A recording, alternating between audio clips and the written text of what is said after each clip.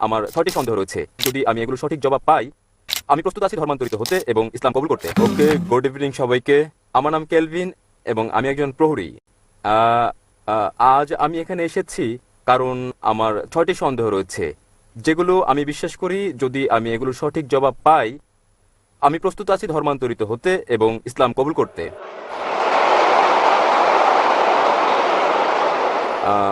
আমার প্রথম প্রশ্ন দিয়ে শুরু করি। তা হচ্ছে, আমি কিভাবে জানবো ইসলাম হচ্ছে সঠিক পথ ইবাদতের? এবং আমি আমি এই প্রশ্নের পর আমি দ্বিতীয় প্রশ্ন করব, যা হচ্ছে এরকম: আমি কিভাবে জানবো যে বাণী প্রচার করছি তা ঈশ্বরের কাছে যাচ্ছে? ওকে, আমার তৃতীয় প্রশ্ন হচ্ছে, যখন থেকে আমি ডাক্তার জাকির নায়েকের কথা শুনছি, আপনি আগেই বলেছেন এবং আপনি প্রচার করেছেন, কোনো পথ নেই জান্নাতে যাওয়ার মুসাকে দেয়া নির্দেশনা কঠোরভাবে মেনে চলা ছাড়া। বর্তমান বিশ্বে মিডিয়ার সঙ্গে চ্যালেঞ্জ রয়েছে। আমাদের জীবনে যা আসে তা সবটাই আপনি জানেন। বর্তমান দিনে কিভাবে আমরা এই নিয়ম মেনে চলি এবং ঈশ্বর কি আপনাকে ক্ষমা করবেন যদি আপনি বারংবার ভুল করেন ও ক্ষমা চান? ভাই, দুভাগে প্রশ্ন করতে চান? তিনটি 6টি প্রশ্ন করতে চান? প্রথম 3টি প্রশ্নে আমি জানবো যে ইসলামে ইবাদত করা সঠিক। এটা বোঝা যেতে পারে ইসলামে কিভাবে আমরা ইবাদত করি সেটা কি ঠিক, অথবা এটা বোঝাতে পারেন যে ইসলাম কি সঠিক ধর্ম। আপনি কি বোঝাতে চান? আপনি জানতে চান কোনটা ইসলাম ইবাদতের ধারণা সম্পর্কে, সেটা কি ঠিক নাকি? ইসলাম কি ইবাদতের জন্য সঠিক ধর্ম? ভাই, প্রথমে যে প্রশ্ন করেছেন তিনি জানতে চান কিভাবে তিনি জানবেন যে ইসলাম সঠিক ধর্ম আমাদের অনুসরণের জন্য, এবং দ্বিতীয় অংশ একই রকম, আমরা কিভাবে জানবো যে ইসলাম একমাত্র সত্যি। Yes sir. এবং তৃতীয়টি হচ্ছে, তিনি বলেছেন, আমার একটা লেকচারে বলা হয়েছে, যীশু খ্রিস্ট তারপর শান্তি বর্ষিত হোক বলেছেন, যদি আপনি জান্নাতে যেতে চান আপনাকে সব নির্দেশনা মানতে হবে এবং তাওরাতে উল্লেখিত সকল নিয়মের অনুসরণ করতে হবে। কিভাবে এই যুগে আমরা তাওরাতের সব নিয়ম মেনে চলি? আমি চেষ্টা করব প্রথম দুটো প্রশ্নের জবাব একসঙ্গে দিতে। কি করে আপনি জানবেন যে ইসলাম সঠিক ধর্ম ইবাদতের জন্য, এবং কি করে আপনি জানবেন যে ইসলাম একমাত্র সত্যি? ইসলাম এসেছে আরবি শব্দ সালাম থেকে, যার মানে শান্তি। এটা আরও এসেছে আরবি শব্দ সিলম থেকে, যার মানে আল্লাহর কাছে নিজের ইচ্ছাকে সমর্পণ করা। ইসলাম মানে সর্বশক্তিমান ঈশ্বরের কাছে নিজের ইচ্ছাকে সমর্পণ করে শান্তি অর্জন করা। এবং কোনো গ্রন্থের দাবি যে সেটা ঈশ্বরের বাণী, যে কোনো ধর্মকে প্রমাণ দিতে যে এটা সর্বশক্তিমান ঈশ্বরের কাছ থেকে এসেছে, এই ওহী, এই গ্রন্থ, এই ধর্মকে সময়ের পরীক্ষায় উত্তীর্ণ হতে হবে। অতীতে সেটা ছিল অলৌকিকতার যুগ এবং মহিমান্বিতকরণ হচ্ছে অলৌকিকের অলৌকিক। পরে আসলো সাহিত্য এবং কাব্যের যুগ। মুসলিম ও অমুসলিম আরব পণ্ডিতেরা একই সুরে তারা দাবি করলেন যে মহিমান্বিত কোরআন ছিল পৃথিবীর বুকে সবচেয়ে ভালো আরবি সাহিত্য। তবে বর্তমানে যদি কোনো ধর্মগ্রন্থ কাব্যিক ঢঙে বলে যে পৃথিবী সমতল, আধুনিক দুনিয়াকে তা গ্রহণ করবে? খুবই স্বাভাবিক না, কারণ বর্তমান হচ্ছে বিজ্ঞান ও প্রযুক্তির যুগ। তাহলে যদি আপনি এই পরীক্ষাটা করেন বিজ্ঞান ও প্রযুক্তির, বর্তমান সময়ে ধর্মগ্রন্থসমূহের যেগুলো আমাদের কাছে আছে, বিশ্বের বিভিন্ন ধর্মের সকল ধর্মগ্রন্থ পরীক্ষায় ফেল করেছে কোরআন ছাড়া। আর আমি একটা লেকচার দিয়েছি কোরআন ও আধুনিক বিজ্ঞান সাংঘর্ষিক নাকি সামঞ্জস্যপূর্ণ বিষয়ের উপর। আমার সময় এখানে হবে না প্রশ্নোত্তর পর্বে সম্পূর্ণ লেকচার দেওয়ার, তবে আমি উল্লেখ করতে চাই অ্যালবার্ট আইনস্টাইন বলেছেন, প্রখ্যাত বিজ্ঞানী ও নোবেল পুরস্কার বিজয়ী, যে ধর্ম ছাড়া বিজ্ঞান পঙ্গু এবং ধর্ম বিজ্ঞান ছাড়া অন্ধ। আমি আপনাদের মনে করিয়ে দিচ্ছি, মহিমান্বিত কোরআন কোনো বিজ্ঞানের গ্রন্থ নয়, SCIENCE, বরং এটা একটা নিদর্শনের গ্রন্থ, SIGNS, এবং এতে 6000-এর বেশি নিদর্শন রয়েছে। মহিমান্বিত কোরআনে 6000-এর বেশি আয়াত আছে, যার মধ্যে 1000-এর বেশি আয়াত বিজ্ঞান নিয়ে বলেছে। যদি আপনি তুলনা করেন বৈজ্ঞানিক সত্যগুলো যা আমরা জানতে পেরেছি, আমরা দেখতে পাই যে বিজ্ঞান যা সম্প্রতি আবিষ্কার করেছে, হতে পারে 50 বছর আগে, 100 বছর আগে, 200 বছর আগে, 400 বছর আগে, মহিমান্বিত কোরআন তা উল্লেখ করেছে 1400 বছর আগে। কোরআনে বিশ্ব সৃষ্টি সম্পর্কে বলা হয়েছে সূরা আম্বিয়া অধ্যায় নম্বর 21 আয়াত নম্বর 30-এ, যা বিগ ব্যাং সম্পর্কে বিজ্ঞানীরা জেনেছেন কিছুদিন আগে, তারা 50 বছর আগে আবিষ্কার করেছেন, তা কোরআনে উল্লেখ করা হয়েছে 1400 বছর আগে। আমরা জেনেছি যে পৃথিবী বর্তুলাকার। যখন 1577 সালে স্যার ফ্রান্সিস ড্রেক জাহাজে করে পৃথিবী ভ্রমণ করেন, পবিত্র কোরআন বলছে সূরা নাজিয়াত অধ্যায় নম্বর 79 আয়াত নম্বর 30, আমি পৃথিবীকে ডিম্বাকৃতি বানিয়েছি। والأرض بعد ذلك دحاها। উট পাখির ডিমের কথা বলা হয়েছে এবং আমরা জানি উট পাখির ডিম ডিম্বাকৃতি হয়। আমরা আগে ভাবতাম যে চাঁদের আলো তার নিজস্ব আলো। সম্প্রতি জানতে পেরেছি 100 বছর আগে, 200 বছর আগে, 300 বছর আগে যে চাঁদের আলো প্রতিফলিত আলো তার নিজস্ব আলো নয়। এ কথা কোরআনে উল্লেখ করা হয়েছে 1400 বছর আগে সূরা ফুরকান অধ্যায় নম্বর 25 আয়াত নম্বর 61-তে। তাহলে কে সব তথ্য কোরআনে উল্লেখ করতে পারেন যা আমরা সম্প্রতি জানতে পেরেছি? আগে যখন আমি পড়তাম স্কুলে, আমি শিখেছিলাম যে সূর্য ঘুরে কিন্তু আবর্তিত হয় না এর নিজ অক্ষে। কোরআনে উল্লেখ আছে সূরা আম্বিয়া অধ্যায় 21 আয়াত নম্বর 33, সূর্য ঘোরার পাশাপাশি নিজ অক্ষে আবর্তনও করে। আজ বিজ্ঞান জানতে পেরেছে যে সূর্য ঘোরে, এছাড়াও নিজ অক্ষে আবর্তন করে, যা কোরআনে উল্লেখ করা হয়েছে 1400 বছর আগে। এভাবে কোরআনে বলা হয়েছে উদ্ভিদ সম্পর্কে, জীব সম্পর্কে, প্রাণী সম্পর্কে, ভ্রূণবিদ্যা সম্পর্কে, জিন সম্পর্কে। এসব আমরা সম্প্রতি জেনেছি বিজ্ঞানে 50 বছর আগে, 100 বছর আগে, 300 বছর আগে, 500 বছর আগে। তাই যদি আপনি আজ বিজ্ঞানের এই পরীক্ষা চালান সকল ধর্মগ্রন্থের উপর, কেবল যে ধর্মগ্রন্থটি এতে উত্তীর্ণ হবে সেটি হচ্ছে পবিত্র কোরআন। আজও বিজ্ঞান এতটা অগ্রসর হতে পারেনি যে তারা সবকিছু জেনে ফেলেছে। তাই আমি লোকজনকে বলি, যদি আপনারা কোরআনকে বিশ্লেষণ করেন, আমরা জানতে পারি প্রায় 80% যা কোরআনে বিজ্ঞান সম্পর্কে বলা হয়েছে, আজ বিজ্ঞান নিশ্চিত করেছে যে এটা পুরোপুরি সঠিক। হতে পারে 20%-এর মতো অস্পষ্ট, না সঠিক না ভুল। তাই আমার যুক্তি বলছে যখন 80% পুরোপুরি সঠিক, বাকি 20%ও ইনশাল্লাহ সঠিক হবে। তাই এটা একটা যৌক্তিক বিশ্বাস। কোরআনে এরকম একটা তো নেই যেটা বৈজ্ঞানিক গবেষণায় ভুল প্রমাণিত হয়েছে।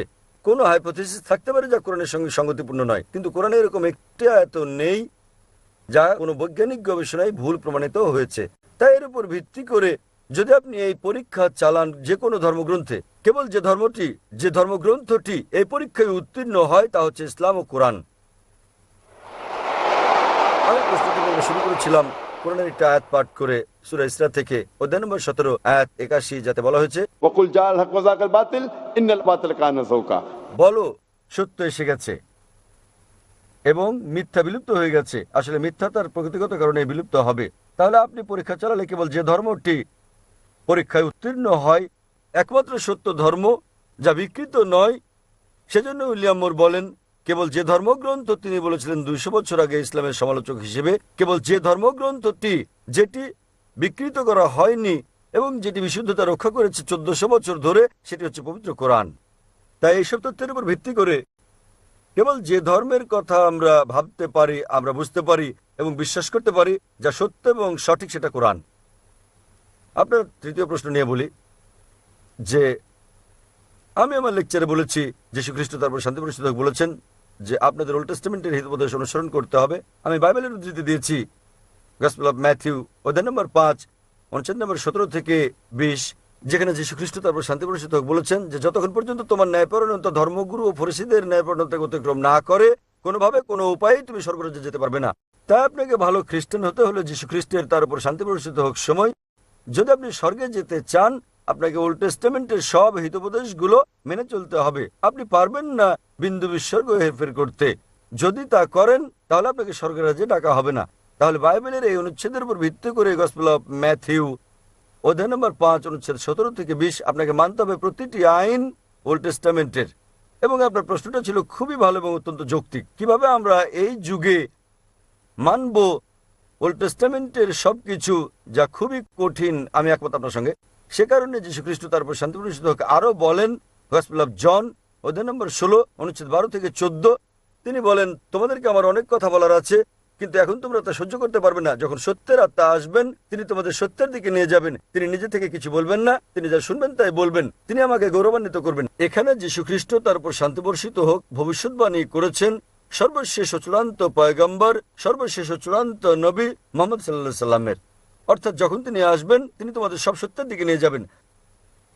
তার মানে যীশু খ্রিস্ট তারপর শান্তি বর্ষিত হোক জানতেন বাইবেলে যা বর্ণিত আছে তা সবকিছু অনুসরণ করা যাবে না। পরবর্তীকালে হতে পারে কয়েক শতাব্দী পর। সেজন্য তিনি বলেছেন যখন সত্যের আত্মা আসবেন তিনি তোমাদের সত্যের দিকে নিয়ে যাবেন, নবী মোহাম্মদ সাল্লাল্লাহু আলাইহি ওয়াসাল্লাম সম্পর্কে বলেছেন। তাই শেষ সময়ে হতে পারে অনুসরণ করা সম্ভব ছিল উল্লেখিত বিধিনিষেধগুলো ওল্ড টেস্টামেন্টের এবং নিউ টেস্টামেন্টের, কিন্তু যীশু খ্রিস্ট তার উপর শান্তি প্রসূদক বলেছেন যখন সর্বশেষ ও চূড়ান্ত নবী মোহাম্মদ সাল্লাল্লাহু আলাইহি সাল্লাম আসবেন তোমরা তাকে মেনে চলবে। তাই আজও একজন ভালো খ্রিস্টান হতে হলে এক ঈশ্বরে বিশ্বাস করা ছাড়াও নবী মোহাম্মদ সাল্লাল্লাহু আলাইহি সাল্লামকে বিশ্বাস করতে হবে। আশা করি উত্তরটা পেয়েছেন ভাই। এবারে আপনার অপর প্রশ্ন। অপর প্রশ্নটি আসছে খ্রিস্টান পটভূমিতে একটি খ্রিস্টান পরিবার থেকে। কিভাবে আমি আমার পরিবারের সঙ্গে মিশব যদি আমি ইসলামে দীক্ষিত হই, এবং দুটি ভিন্ন বিশ্বাস নিয়ে একই কম্পাউন্ডে কিভাবে থাকব? ভাই আপনি প্রশ্ন করলেন যে যদি আমি ইসলাম কবুল করি তাহলে কিভাবে আমার পরিবারের সঙ্গে মিশবো দুটো ভিন্ন বিশ্বাস নিয়ে।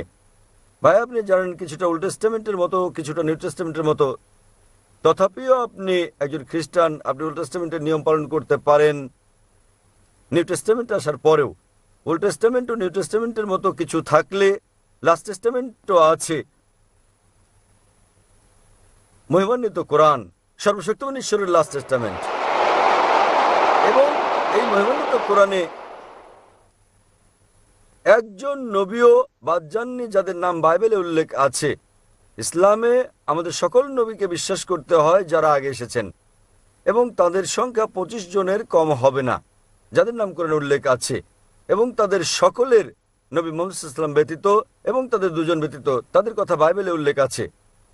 তাই আমাদের সম্মান দেখাতে হবে সর্বশক্তিমান ঈশ্বরের সকল নবীকে, এবং আমাদের প্রিয় নবী মুহাম্মদ সাল্লাল্লাহু আলাইহি ওয়াসাল্লাম বলেছেন সর্বশক্তিমান আল্লাহ পৃথিবীতে 1,24,000 পয়গম্বর পাঠিয়েছেন। তাই যদি আপনি মুসলিম হন আপনার কোনো নবীকে অসম্মান করতে হবে না যাদের নাম বাইবেলে উল্লেখ করা হয়েছে। প্রকৃতপক্ষে তাদেরকে আপনার বলতে হবে যীশু খ্রিস্ট তার উপর শান্তি বর্ষিত হোক যা বলেছেন আমি তা পুরোপুরি মেনে চলছি। অন্য খ্রিস্টানরা কি করে তারা অনুসরণ করছে, হতে পারে 80%, হতে পারে 90, হতে পারে 50%। তাদেরকে আপনার বলা উচিত গসপেল অফ জনের 16 নম্বর অধ্যায়ের 12 থেকে 14 অনুচ্ছেদে যা বলা হয়েছে, তোমাদেরকে আমার অনেক কিছু বলার আছে কিন্তু এখন তোমরা তা সহ্য করতে পারবে না। যখন সত্যের আত্মা আসবেন তিনি তোমাদের সব সত্যের দিকে নিয়ে যাবেন। তাহলে আমি যীশু খ্রিস্টকে তার উপর শান্তি বর্ষিত হোক অনুসরণ করছি তথাকথিত অন্যান্য খ্রিস্টানদের চেয়ে। তাই যদি আপনি মুসলিম হন আপনি খ্রিস্টানদের চেয়েও ভালো খ্রিস্টান হয়ে যাবেন। আশা করি প্রশ্নের উত্তর পেয়েছেন। হ্যাঁ। আপনার পঞ্চম প্রশ্নটি কি? আমার সব প্রশ্ন শেষ হয়ে গেছে। আপনার সব প্রশ্নের উত্তর আপনি পেয়ে গেছেন? হ্যাঁ পেয়েছি। তাহলে আপনি ইসলাম সম্পর্কে আপনার মনোভাব ইতিবাচক? ইসলাম ধর্মের ব্যাপারে আমার মনোভাব ইতিবাচক এবং আমি ইসলাম গ্রহণে প্রস্তুত। আপনি কি বিশ্বাস করেন ঈশ্বর একজন? দুঃখিত বুঝতে পারিনি। বিশ্বাস করেন ঈশ্বর একজন? আমি বিশ্বাস করি ঈশ্বর একজন। আপনি কি বিশ্বাস করেন যীশু খ্রিস্ট তারপর শান্তি বর্ষিত হোক ঈশ্বর? আমি বিশ্বাস করি যীশু খ্রিস্ট পয়গম্বর ছিলেন। মাশাআল্লাহ। আপনি কি বিশ্বাস করেন নবী মুহাম্মদ সাল্লাল্লাহু আলাইহি ওয়াসাল্লাম সর্বশেষ ও চূড়ান্ত পয়গম্বর? আমি বিশ্বাস করি মহানবী মুহাম্মদ শেষ এবং চূড়ান্ত পয়গম্বর ছিলেন। ভাই কেউ কি আপনাকে ইসলাম গ্রহণ করতে বাধ্য করছে? আমি গ্রহণ করতে প্রস্তুত। কেউ কি আপনাকে ইসলাম গ্রহণে বাধ্য করেছে? না, আমাকে কেউ বাধ্য করছে না, এটা আমার সিদ্ধান্ত। আমি নিজের সিদ্ধান্ত নিচ্ছি। তার মানে আপনি নিজের ইচ্ছা ইসলাম ধর্ম গ্রহণ করছেন? একেবারে আমার অন্তর থেকে। কারণ কাউকে জোর করে ইসলামে দীক্ষিত করা আমাদের ধর্মে নিষিদ্ধ, এমনকি বিশ্বের বেশিরভাগ দেশের আইনও এটা নিষিদ্ধ। তাহলে আপনি স্বেচ্ছায় কবুল করছেন ইসলাম? ইনশাল্লাহ আমি সম্পূর্ণ স্বেচ্ছায় ইসলাম গ্রহণ করছি। আমি আরবিতে বলবো এবং ইনশাল্লাহ শুনে শুনে আপনি বলবেন। আশহাদু আশহাদু আল্লাহ আল্লাহ ইলাহা ইল্লাহা ইল্লাল্লাহ ইল্লাল্লাহ ওয়া আশহাদু ওয়াশহাদু আন্না মুহাম্মাদান আবদুহু ওয়া রাসূলুহু। আমি সাক্ষ্য দিচ্ছি